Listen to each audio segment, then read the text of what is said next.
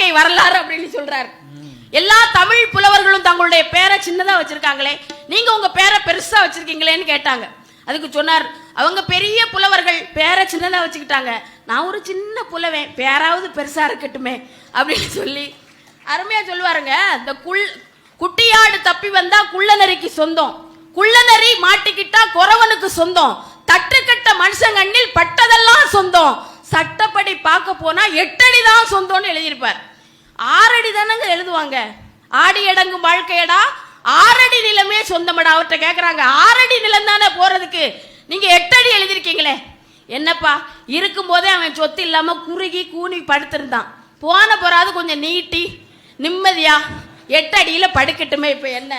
இப்படி பதில் சொன்ன கவிஞர் தான் நம்முடைய பட்டுக்கோட்டை என்று சொன்னால், உழைப்பை சொல்லிக் கொடுத்தால், உற்சாகத்தை சொல்லிக் கொடுத்தார், நல்ல காதல் பாடல்களை தந்து என்றும் திரை